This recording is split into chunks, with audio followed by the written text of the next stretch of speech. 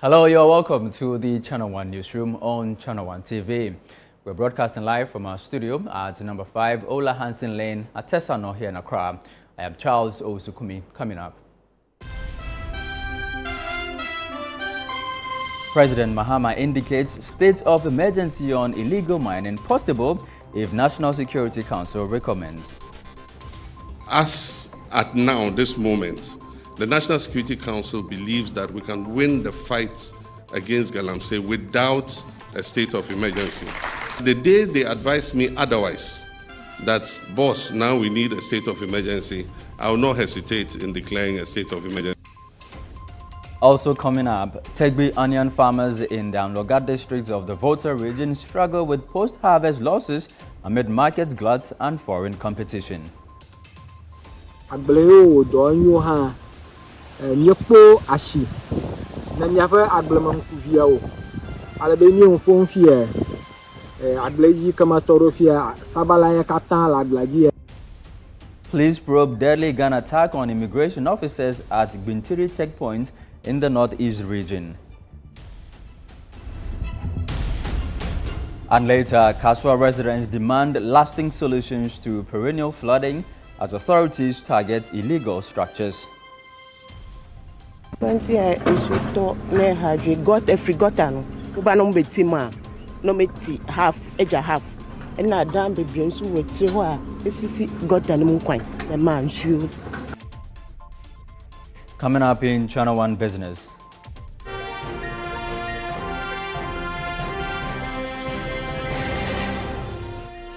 IMF confidence Ghana will maintain fiscal discipline beyond 2026 program.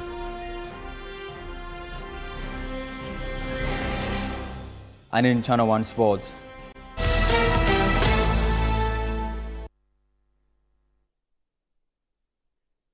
Despite recent setbacks, Mohamed Kudus tips current Black Stars to outdo 2010 team.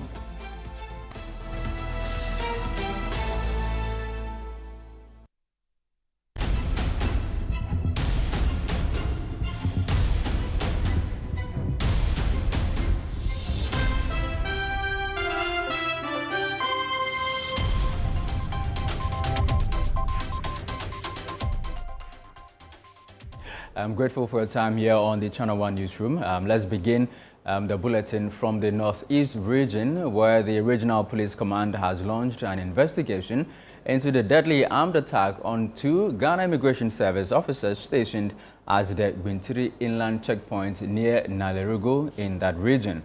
According to the police, the attack occurred around 1 a.m. when unknown gunmen opened fire on the officers at their duty post. Both officers sustained gunshot wounds in the attack. Tragically, one officer died from his injuries, while the second was rushed to the hospital and is currently receiving medical treatment. The assailants reportedly stole a motorbike and a bag belonging to the officers before fleeing the scene.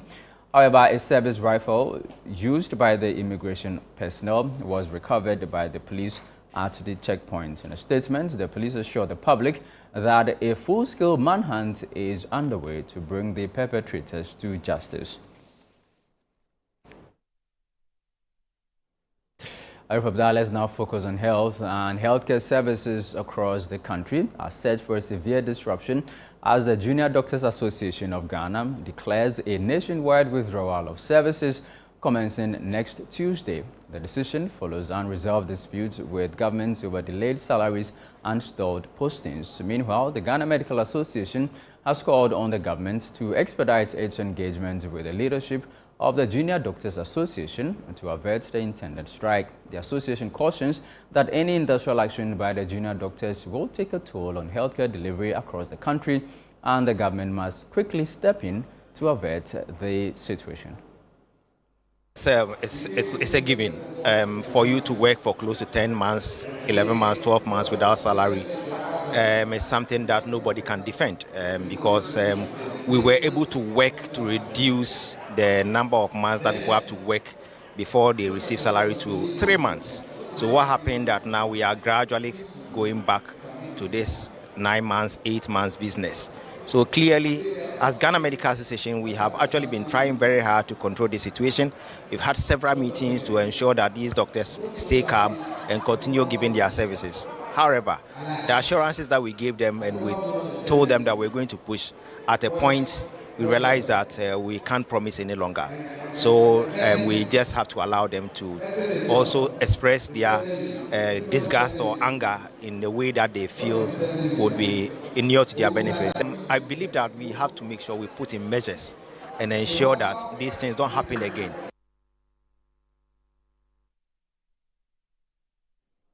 Now, onion farmers in Tegbi in the Angloga district of the Volta region say post-harvest losses remain their greatest challenge, with some tons of onions left to rot on farms due to the lack of storage and processing facilities. Oversupply on local markets, worsened by an influx of foreign onions, has left farmers unable to sell their produce. Despite high production costs, many are now sinking into debt. Channel 1 News' Volta regional correspondent Desmond Salasiago visited the onion farms in Tegbi and filed this report.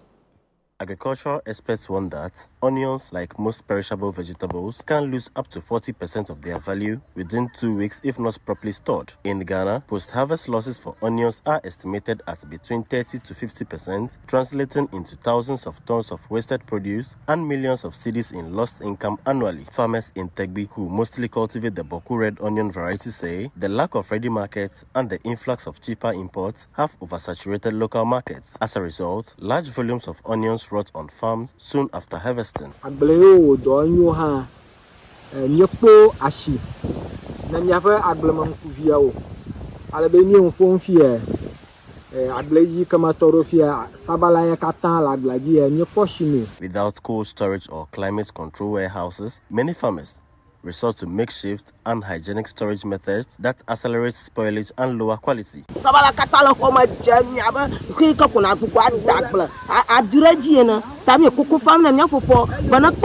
Production here relies heavily on irrigation, requiring significant investment in pumping systems, fuel, and fertilizers. Farmers say these costs have risen sharply in recent years, driving up production expenses. Yet, without reliable markets or facilities to extend shelf life, they struggle to recover their investment and remain trapped in debt. Using irrigation, ikenya pumping machine blame me dana.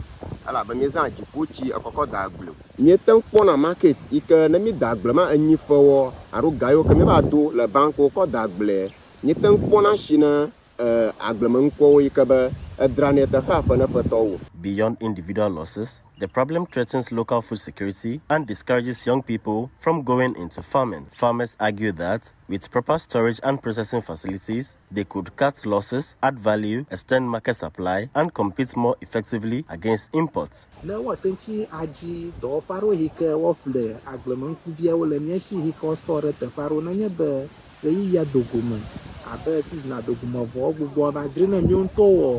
Nyama kwebe adenyeje wu di te fara nani abe factory arunyere plus bono na ma mia store di plus bono gbeta to varu foru na va ochuchu nwa kemi hanije nyato dadra. Anglogan District Chief Executive Sandra Serang Pedo acknowledged the challenge. She said, while temporary measures have been introduced, the construction of a modern storage facility and processing plant is crucial for a lasting solution. Initially, the district wrote to some of the second cycle institutions that we have in the district to help buy these onions from our farmers, and we also contacted the caterers for the school feeding program. We are therefore appealing to the whole world that if we can have investors who will help us with storage facilities and, if possible, processing plants, it will help us a long way. Onion farmers here in Tegbi in the Anglogan District of the Volta region are calling on government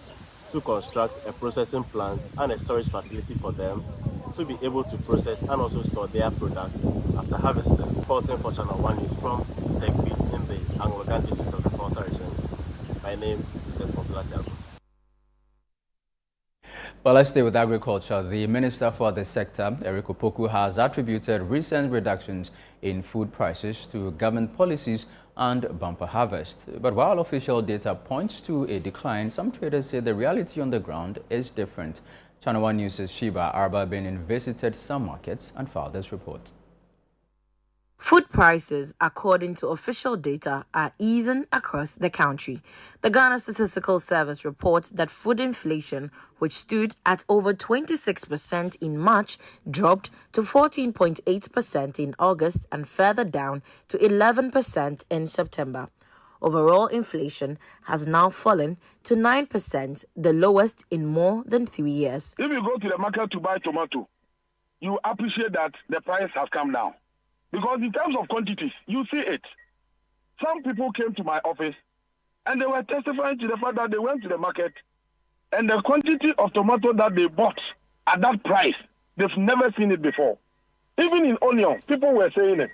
Plantain everywhere. I'm getting to Kumasi. What about maize? What about maize and rice? The price of maize has fallen so significantly to the extent that when it was 1,400 last year, now we are selling at 500, 400. But the market women tell a more complex story. And Tosuno, Sisi any boarding, and yafu. Amo Sisi I 2,200. Almost a toast a boa, Kumasi a book, tomatoes a book, Kumasi, and almost a bimba. I tell the any boy from Baba to say 2 weeks money on one side to move. Or more betonus or mobile almost in toast nebu. And I said that can I edition my nose or matcha woman and Kitua into Yamana, Kitue in a home. For onion sellers, the issue is quality.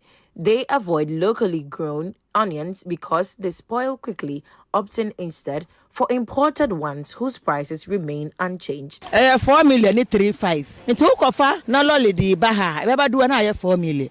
Ukofa ni 4 million, lolly baha, 4.5. The bottom and one. The enemy drab you aha, and we are friend like Siama and Boko. Evelyn is another trader who sells local produce and admits her prices have dropped, crediting government support. I feed the price in a year. Was last year by this and year to generate 3,002. By this year, you turn 1,005, 1,008. A bit of Hokra, we 1,000. Into just say, Abba from now, I'm where do you be ninty a bit. Interestingly, most traders interviewed said they had not observed the so-called glut in food items despite official claims of abundance. One more person tomatoes who Kumasia. I had to swank a beauty for no Kodrao, the Bokina Nitichimanade, Gomakophobia Baha. Tell no more can they won't be a tontosum, ye won't be sa. As I said, the Ashanti region does be you. So say, yeah, down any voter. Maize is a staple in most households, and this is one of the commodities that has recorded the sharpest price fall. I counted to 14 million. Now when your name says Abafem, says I ton 900. It's a brony de Abafem pa.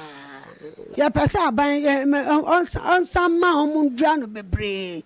Not pricing and Bafam, just a brony Diono no Ghana. By this year, this is the first time we have experienced a reduction in prices of rice, especially the imported one, not the local one. The prices of food items on the market may only be on the rise due to the fact that some traders have a taste for imported goods. However, for those who prefer the locally grown products, their items are on the low. They are therefore calling on the government to introduce more interventions to ensure reduction in the prices. Reporting for Channel 1 News, I am Sheba Arba Benin. Now, away from the agri sector, residents in flood-prone communities of the Ewutu-Senya East municipality in the central region are calling for more sustainable interventions to address perennial flooding beyond the routine dredging of the Okurudu River. They argue that dredging offers only temporary relief and fails to tackle the root causes of the problem. Authorities, however, say they have identified over 400 illegal structures obstructing water flow and will soon demolish them. Correspondent Akosiado has more. Communities along the Okurudu River, including Opekuma, Kaimebre, Adankope, Tomete, Dokuchekope, and Newtown, are hit hard whenever there's a heavy downpour, often facing destruction of property, loss of lives, and disruption of livelihoods. 20 got every gotten, Ubanum betima, no meti half, edge a half. And I damn baby, so with Siwa, Sisi got an unquine, the man shoe. High. And see, here's a matinee block on my bedroom. I got Ankasaka City say, friends, a second, the Maya, While residents blame siltation of the river, they also acknowledge that human activities such as indiscriminate waste disposal and building on waterways have worsened the situation. They want authorities to enforce stricter measures. The municipal assembly is currently dredging the Okrudu River to ease flooding, but residents insist this provides only short-term relief and are demanding permanent solutions, such as the construction of a proper storm drain. Na haya na wose mbetu bolegu utu bolegu wonso ne yakoka obeka che asase no enya wodea obetimi ye nsuo oye nsuo gu bucket mu oye nsuo gu bucket no de bola egum ojanai wo bolen koka se ya obetwa da obekasa obeka nsema ensese oka. They also warn that continuous dredging has already widened the river's course, damaging properties that were previously safe, and fear that further dredging could cause even greater harm in the future. Municipal Chief Executive Seth Sabase Wonubanini admits dredging is only a temporary option, but says the assembly has little choice at the moment. He assured that efforts are being made to secure funding for a storm drain project to provide a lasting solution. We have plans to make sure that we look for lasting solutions to this. I have to be very honest and frank with you. It is costly. It's going to cost us some good fortune to be able to do that. As we manage the situation with this dredging work, we are also in talks with authorities to help us find solutions to it while we seek for good funding for it. And mostly we have donor partners that take keen interest. Meanwhile, the municipal NADMO director, Nash Nyande, disclosed to Channel 1 News that more than 400 structures blocking water channels have been identified, and decisive steps, including demolitions, will soon be taken. We are not doing it at the Rambo style. We need to educate them and give them reasons, because you just go once the person is not prepared to move out to a different place or to a satisfaction place. We need to educate them and also give them some time to evacuate from the place. About 400 buildings situated along the banks of the Okrudu River have been identified as a contributing factor to the flooding situation here in Kasoa. Authorities say they will soon take action to protect lives and property. For the Channel 1 Newsroom, I am Akwesi Ado, Kasoa Central Region. We now shift focus to illegal mining, where President John Dramani Mahama says he will not hesitate to declare state of emergency in areas affected by the menace commonly known as Galamsey if Ghana's National Security Council advises that it is necessary. Now, speaking during a stakeholder engagement on illegal mining in Accra, the president stated that although he holds the constitutional power to declare state of emergency, such action must be based on the advice from the National Security Council, which at present believes the battle against Galamsey can be won through existing legal and security frameworks. Channel 1 News' presidential correspondent Kasoa has more.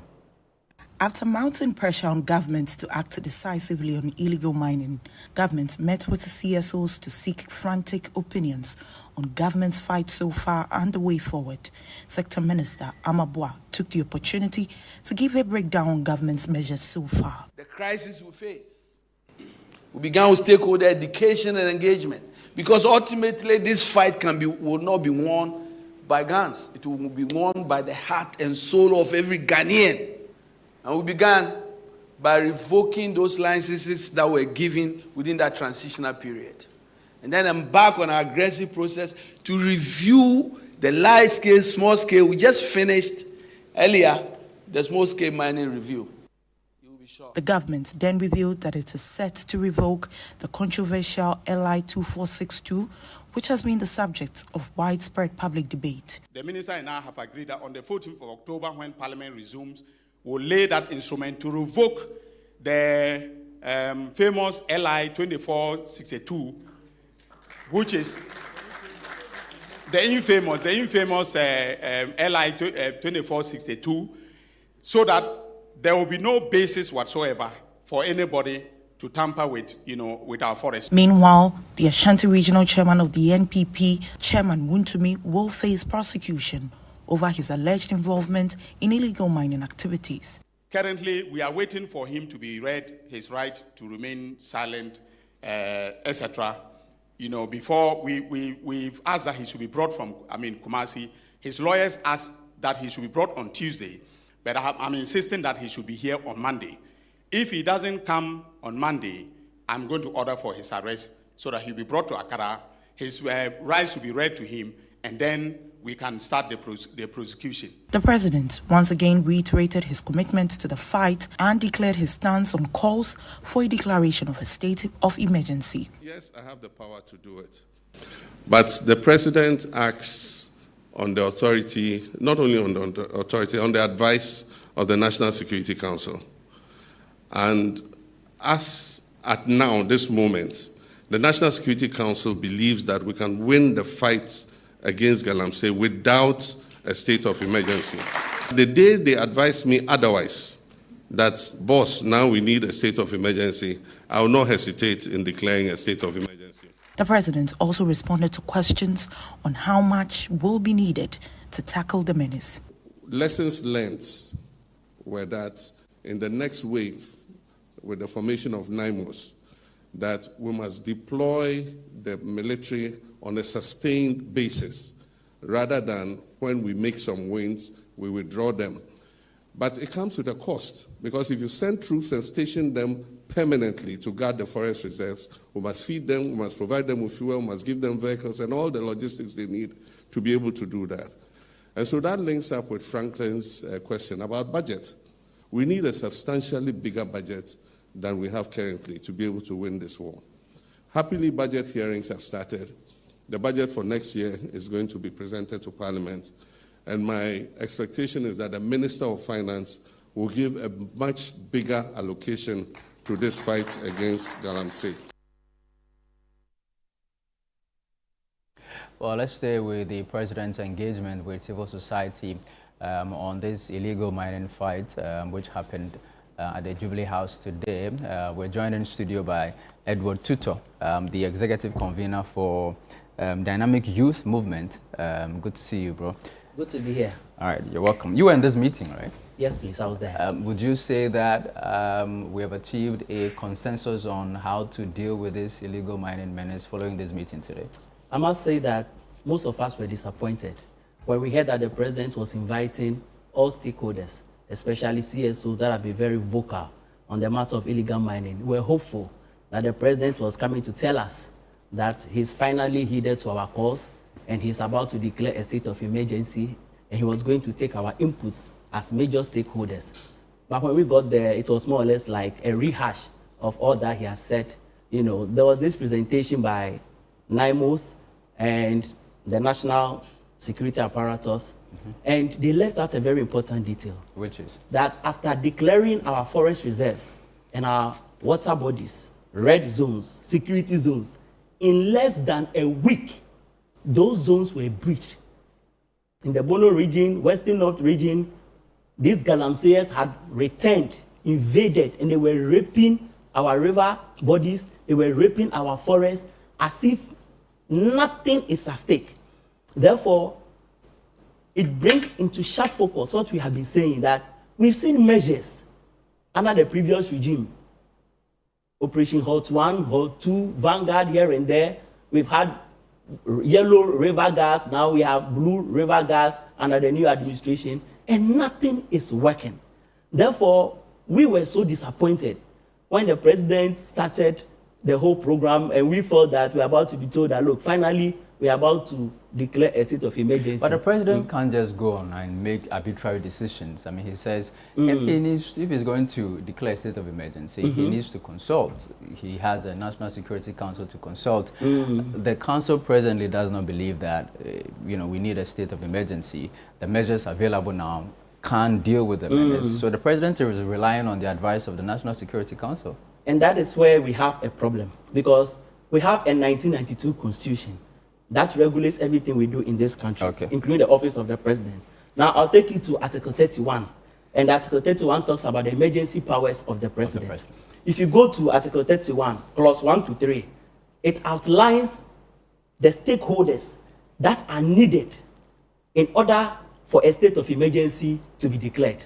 So when you read it, it talks about the Council of State that must give advice to the president. So it didn't mention the National Security Council. So far as a state of emergency is concerned, the National Security Council, which the president himself chairs as commander-in-chief, does not come into the equation at all. Not at all? No, because it is there, Article 31. If you can read it, the president acting in accordance with the advice of the Council of State. Okay. It doesn't bring in the National Security Council.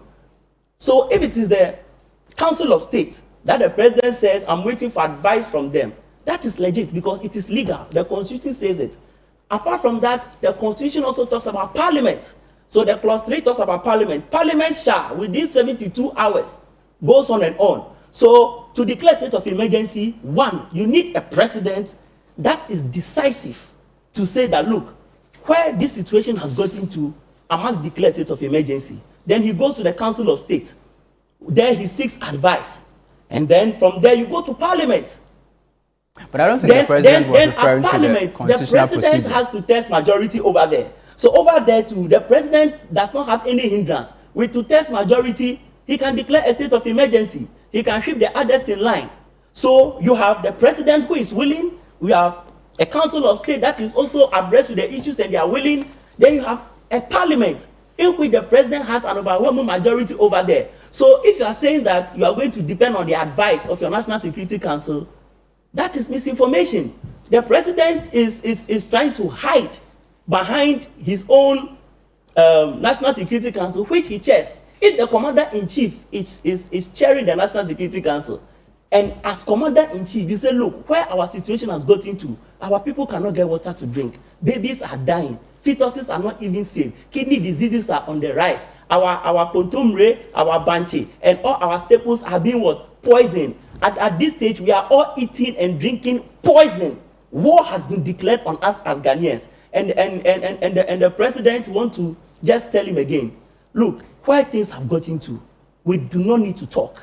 We don't need any more advocacy. We have said all that needs to be said. The Catholic Bishop has said all that needs to be said. The Academy of Arts and Science has said all that needs to be said. The National Coalition Against Illegal Mining has said all that needs to be said. The media has said all that needs to be said. The youth, we've been on the streets under the regime of Nana Akufo-Addo and Your Excellency, your administration, we've been on the streets. A whole Roman Catholic Church has been on the streets. What more do you want to hear? What more do you want to see? Mr. President, please declare a state of emergency. The National Security Council does not come in any way. It is just a constitution of the major stakeholders when it comes to our security apparatus, the army, fire service, immigration, and what have you, coming together with a few cabinet ministers for us to decide. But it has not, they don't have any locus when it comes to the declaration of a state of emergency. Okay. And please, very, very important. When you go to the Article 31, the clause 9, there's something very, very important there. Now, when you go to the clause 9, it says the circumstances under which a state of emergency may be declared under this article include a natural disaster or any situation in which any action is taken or is immediately threatened to be taken by any person or body of persons, which A, is calculated or likely to deprive the community of the essentials of life. This is the Constitution, Article 31. Water is an essential of life. So you think, I mean, the food, conditions are... No, please. All right, please. go ahead. Food is an essential of life. All right. The air that we breathe is an essential of life. And we are not talking about a section.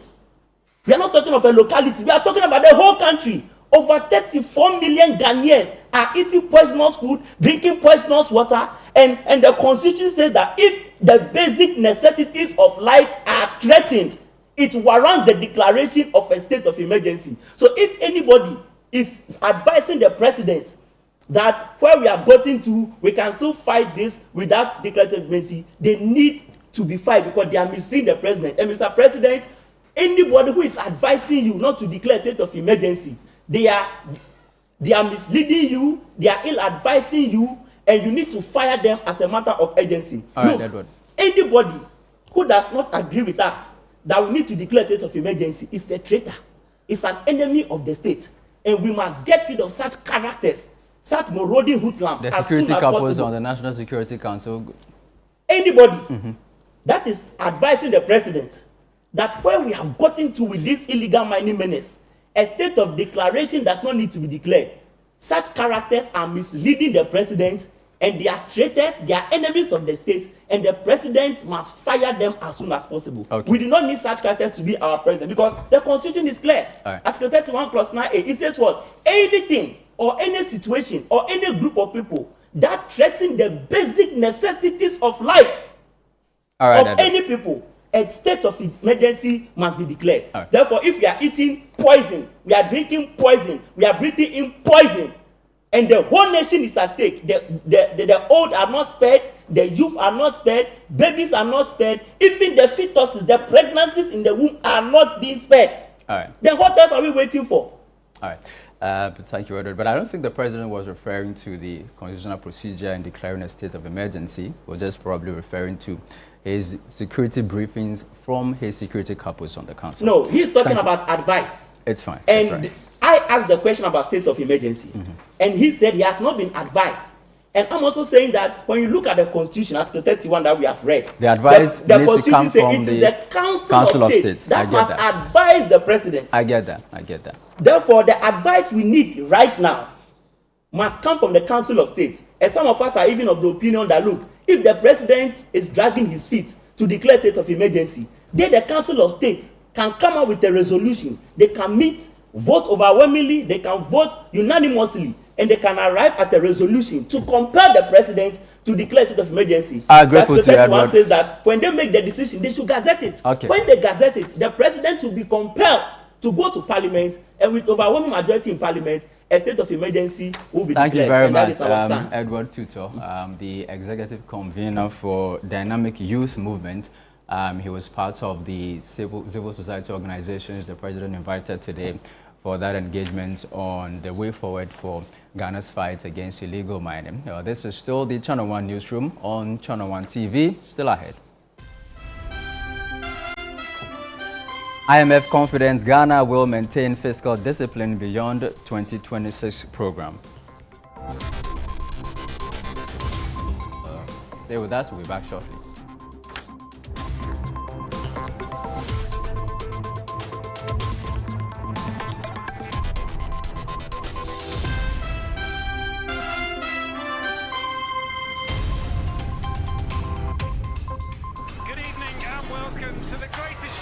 This is a people's game.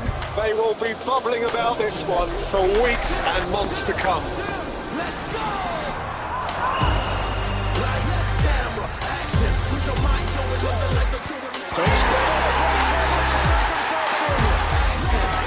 It's on SuperSport all season long. Pay your subscription today. Dial *759#. Available on DSTV and GoTV. This October, Ghana's altar calls once again. After 7 unforgettable years, the 8th edition of Women in Worship arrives with a divine charge. Celebrating his faithfulness, minstrels Ada Ehi, Rabna Tomi Favored, Keepers Music, Ikiaserwa Bonsu, and many more will gather at Perez Dome on October 5th. Grab your tickets now. Regular 100 Ghana cedis, VIP 200 Ghana cedis plus beverage. Grab it online via Ego Tickets or www.eventpaddy.com. Short code USSD *713 *33 *30# or call Ticket Hotline 0248 810 396 or 0544 124 567. Tickets are available at Airport Shell, Hacho Shell, Bachano Toto, Perez Dome, and more. Sponsors, media partners. Powered by Quest. Women in Worship 2025. Daughter, you still have a voice.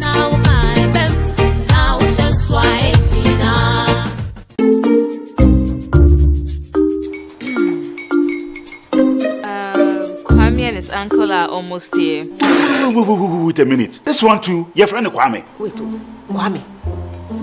As in the same Kwame again? Yes, mommy. The second coming. Into all this tension just to reintroduce that broke boy from Kasoa. Why would you deceive the family like this again? Now I understand the whole delay. Trotro from Kasoa dear. Why wouldn't he be late? Or be late, of course.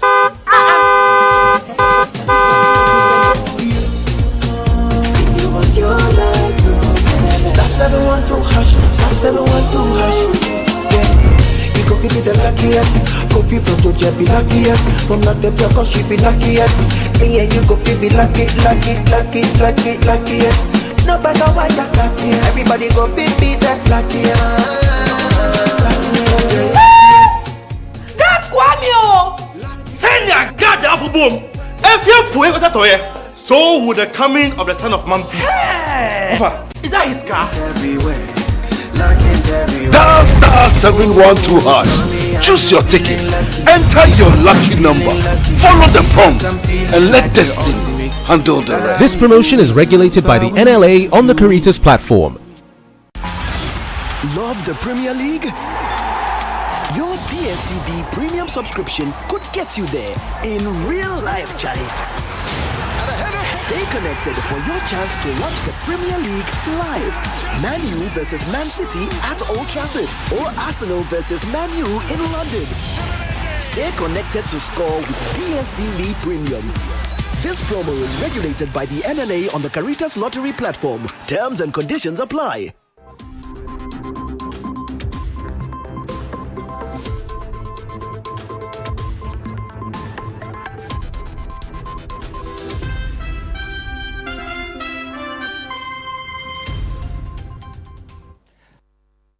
You're welcome back. This is the Channel 1 Newsroom on Channel 1 TV. Next is Channel 1 Business with Natelinete Ajaho.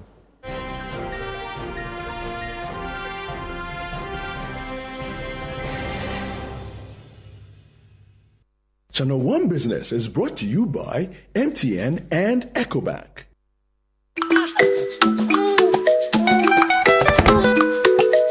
How may I help you today? We'd like to open a bank account.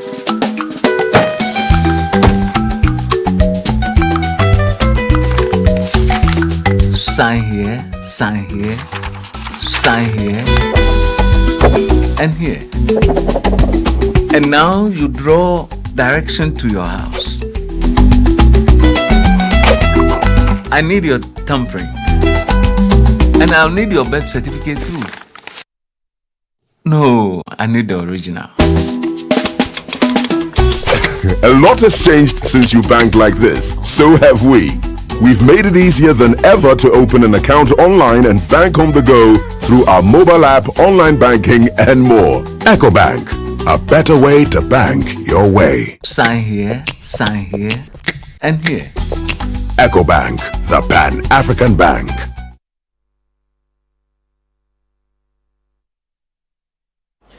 Hello, Natalie, you're welcome. Thank you, Charles. How are you? I'm good, and you? I'm well.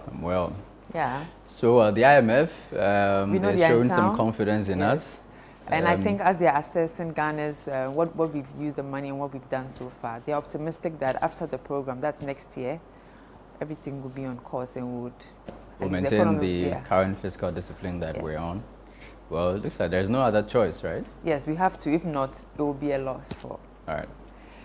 Let's go straight to the story. The International Monetary Fund has expressed confidence in Ghana's ability to sustain fiscal discipline even after the country its program in May 2026. The fund says reforms already introduced provide a strong framework for long-term stability and market confidence.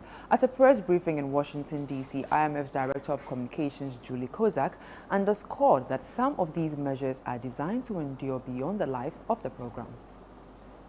Ghana has made meaningful progress in laying the foundation, for fiscal discipline beyond the IMF program.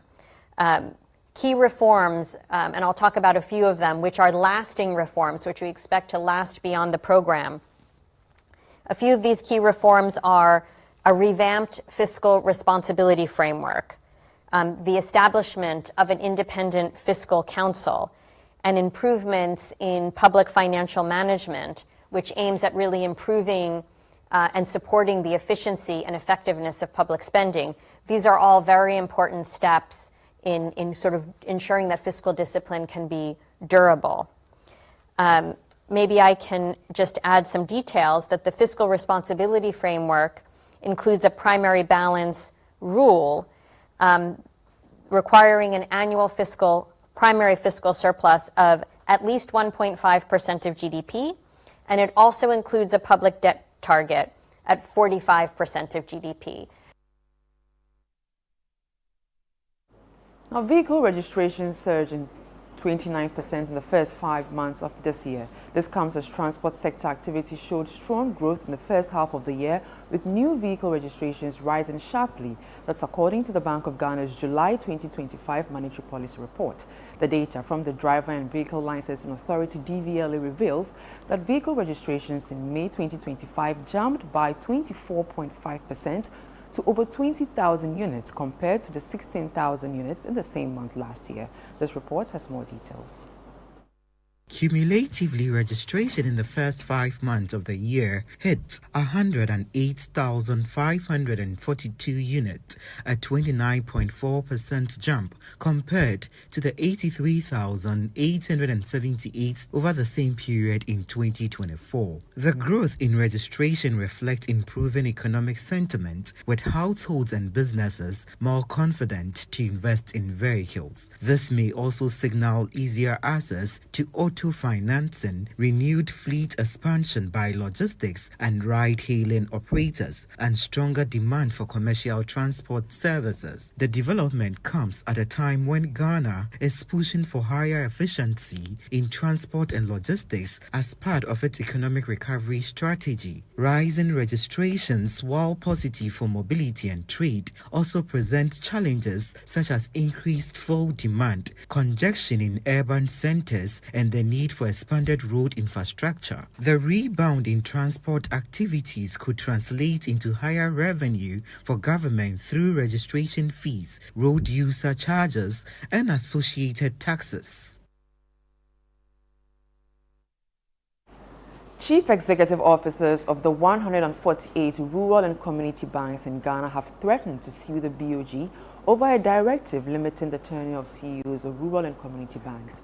The BOG's Corporate Governance Directive caps the tenure of CEOs of rural banks at a maximum of 12 years, that's 4 years per term, for a total of 3 terms. President of the Chief Executive Officers Group of Rural and Community Banks, Alhaji Awudu Ibrahim, speaking at the 24th CEOs Annual Conference of RCBs in Takoradi, said almost all seasoned CEOs will be phased out of the system in 6 months if the directive is not amended. Our Western Regional Correspondent, Akwesi Jeni, has more. The 3-day 24th Annual CEOs Conference of Rural and Community Banks, underway in Takoradi, is being held under the theme Bridging the Gap, Empowering Rural Banking in a Digital Economy. Opening the conference, Managing Director of ARB Apex Bank, Alex Kwesiewa, highlighted the progress of rural and community banks. As we speak, most of the RCBs have posted very strong results at the end of the first half of 2025. Total assets of the subsector was 21.2 billion Ghana cedis, while deposits amounted to 18.2 billion. As of June 2025, deposits from 5.94 billion, and now we are at 18.2 billion. President of the CEOs Group, Alhaji Awudu Ibrahim, stressed that rural and community banking is critical to the future of Ghana's economy. However, he warned that the BOG's 2021 directive on CEOs' tenure threatens stability in the sector. We think that it is not in line with the Constitution of Ghana, which requires that laws that are being made, even an act of parliament, cannot be promulgated so as to have a retrospective implementation. If we fail to get them respond or revisit it, we have barely less than 6 months. We are heading to the courts. For these rural bank CEOs who have today gathered here, if they push for the Bank of Ghana to actually amend its current directive on what they think is really disturbing them, the courts will be their last resort. For Channel 1 TV News, I'm Akwesi Ejenim. Takrade. Let's now check how the local currency is performing on the interbank market.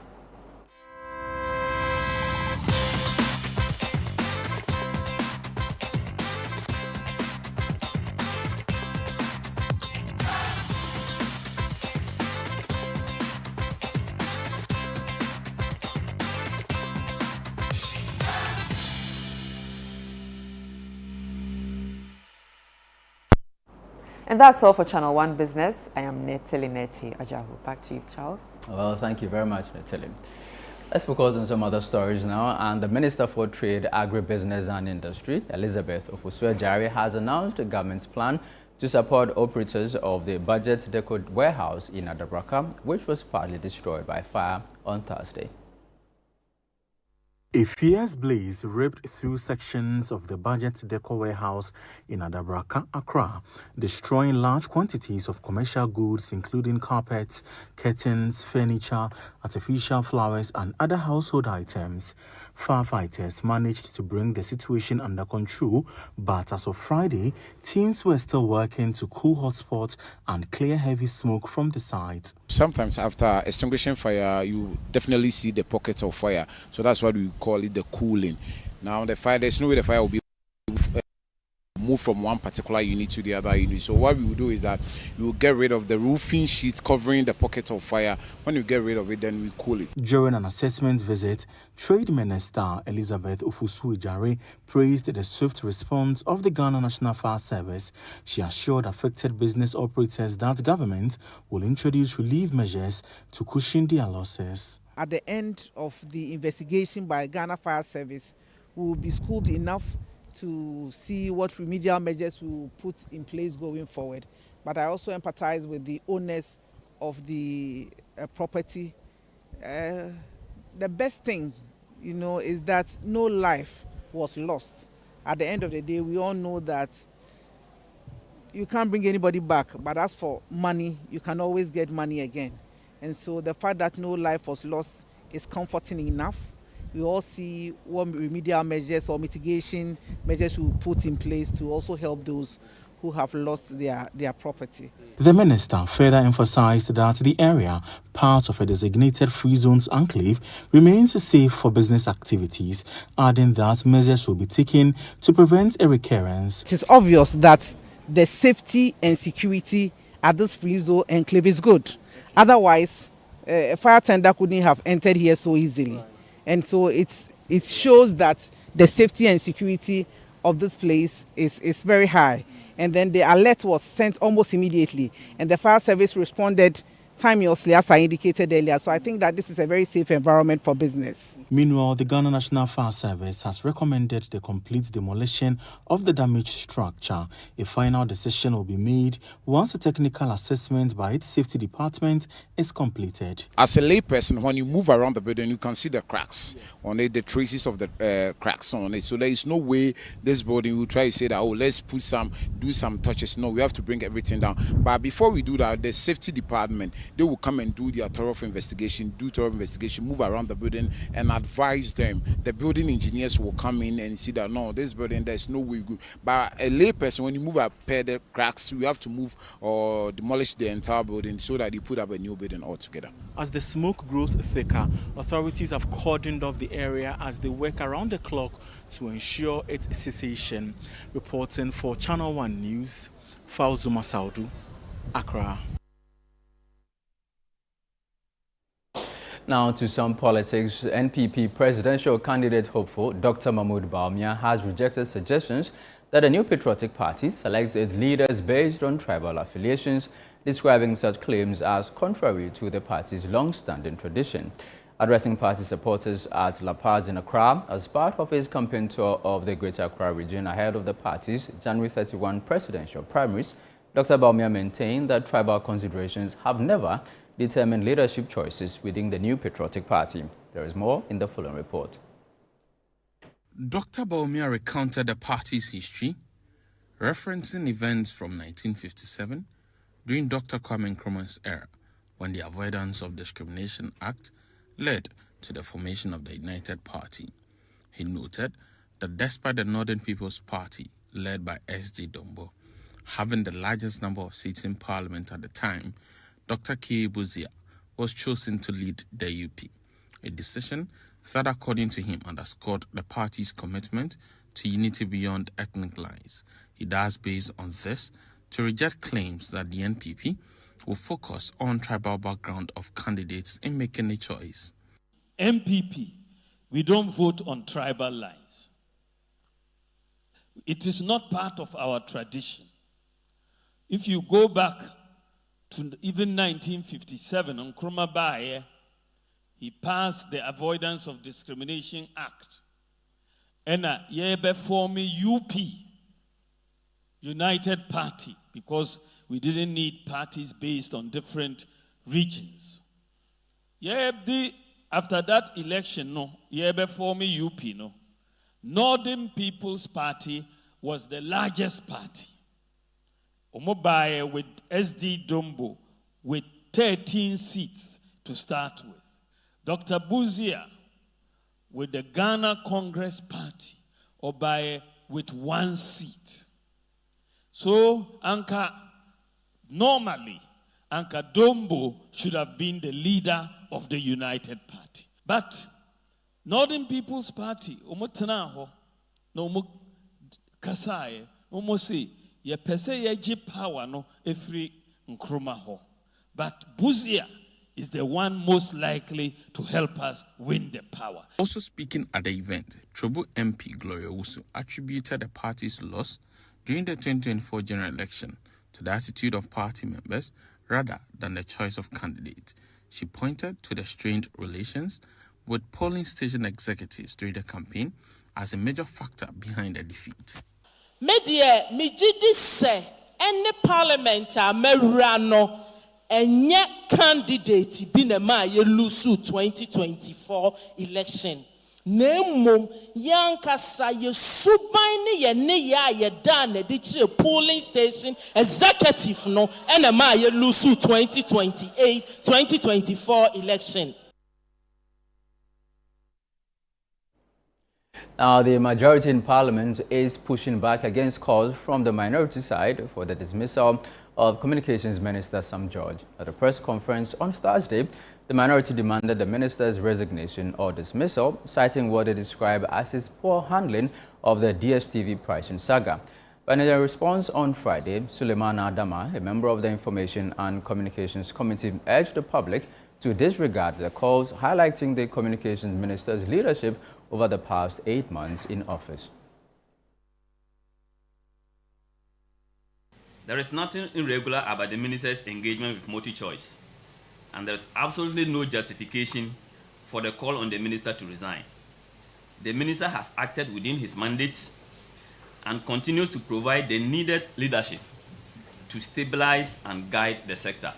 A chairman of the committee has instructed the secretariat of the committee to invite MultiChoice and the ministry together to dialogue on the way forward. The call on Honorable Sam George to resign is unfounded. For the records, a whole president put his presidency online to fight Galamsey. He failed, but he did not resign. A minister of state said he was not thinking right in procuring vaccines. He did not resign. The former minister for communication signed opaque deals. Kenny GVG, Smart Infraco, Ascent Ghana, and the rest. He never resigned. Nobody called on him to resign. How do you call on a minister who has achieved such in just a little over 8 months to resign? This is still the Channel 1 Newsroom on Channel 1 TV. Still ahead. Despite recent setbacks, Mohamed Kudus tips current Black Stars to outdo 2010 team.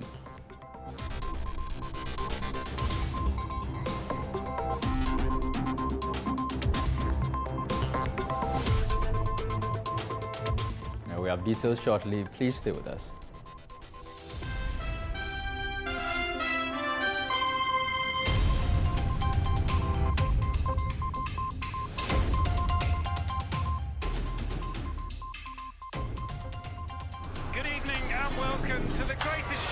This is a people's game.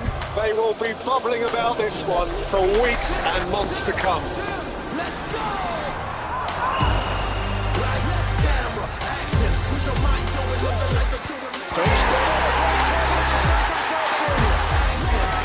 It's on SuperSport all season long. Pay your subscription today. Dial *759#. Available on DSTV and GoTV.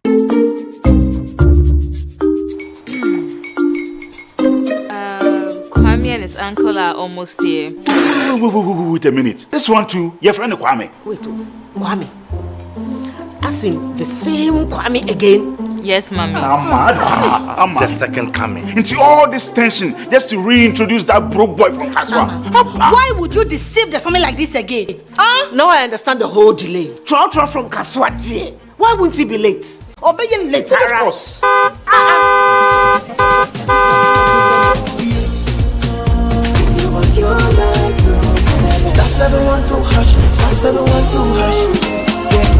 You go be the luckiest.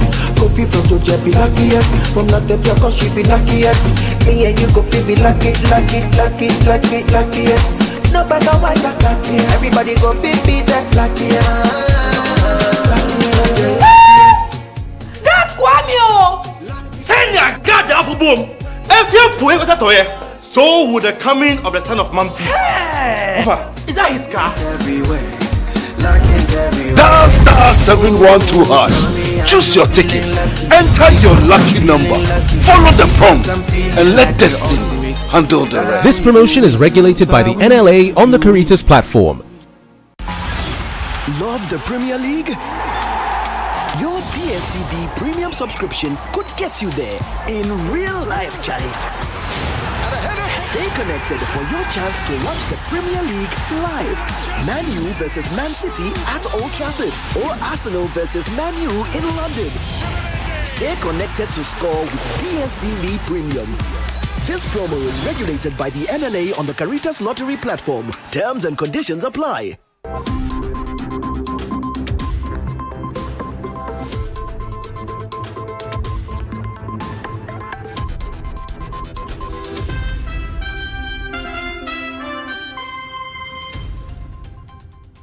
Thank you for staying with us. Up next on the Channel 1 Newsroom is sports with Adabraka.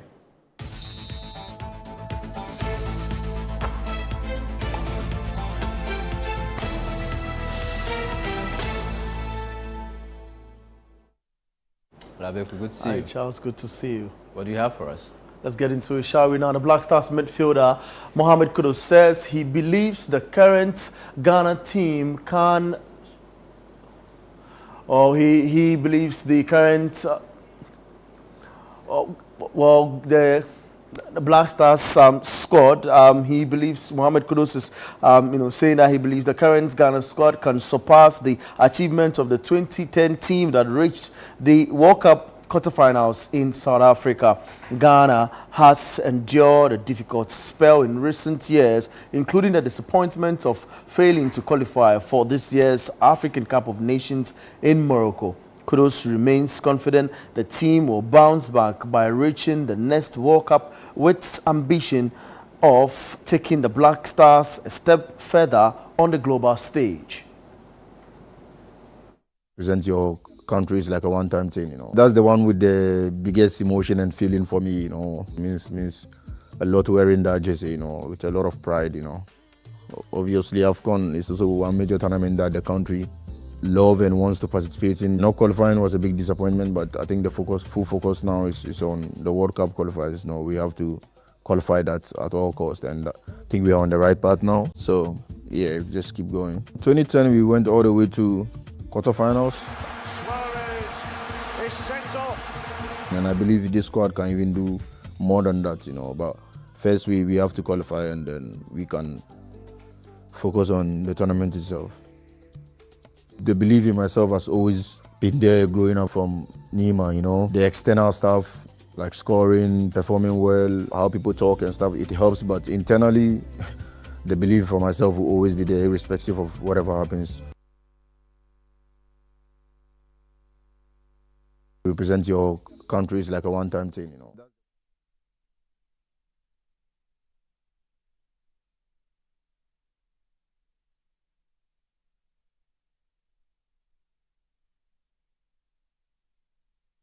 Well, that's the very latest from the world of sports. Charles, over to you. Grateful to you, Abeku. Well, that'll be all for this edition of the Channel One Newsroom on Channel One TV.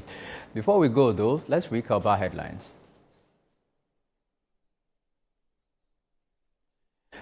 Well, my name is Charles Osukumi. Thank you for watching.